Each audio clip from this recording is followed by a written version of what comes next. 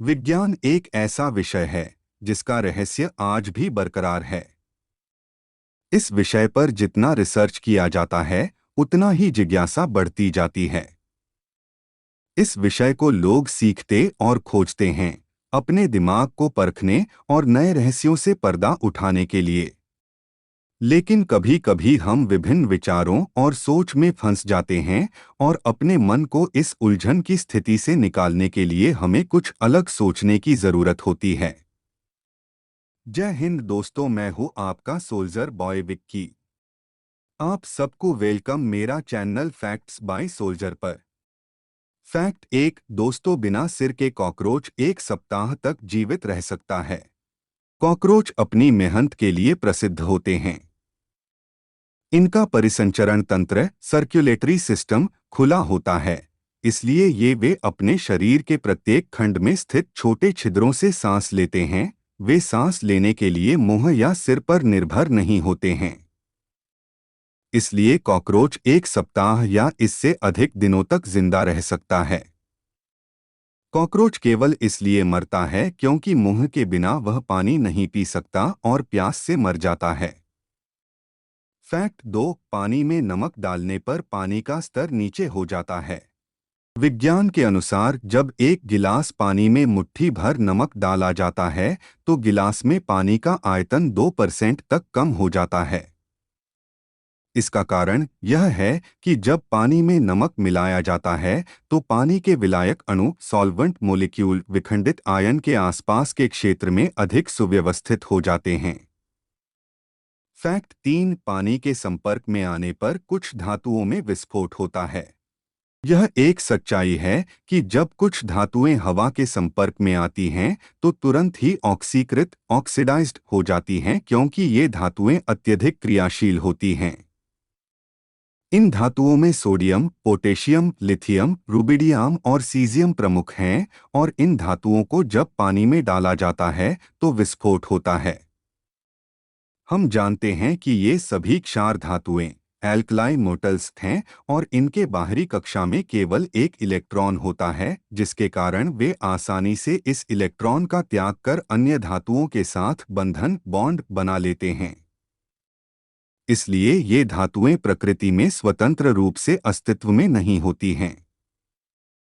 Fact चार, सोते समय हमें गंध का पता नहीं चलता है। ब्राउन विश्वविद्यालय ब्राउन यूनिवर्सिटी के रिसर्चर ने 2004 में 20 से 25 वर्ष आयु वर्ग के 3 स्वस्थ पुरुषों और 3 स्वस्थ महिलाओं के ऊपर एक परीक्षण किया, जिसमें पाया गया कि सभी लोग तेज शोर के कारण एक झटके में जाग गए, लेकिन गंध का उन पर कोई प्रभाव नहीं पड़ा। जिसमें यह साबित होता है कि जब हम सो रहे होते हैं तो हमें गंध का पता नहीं चलता है।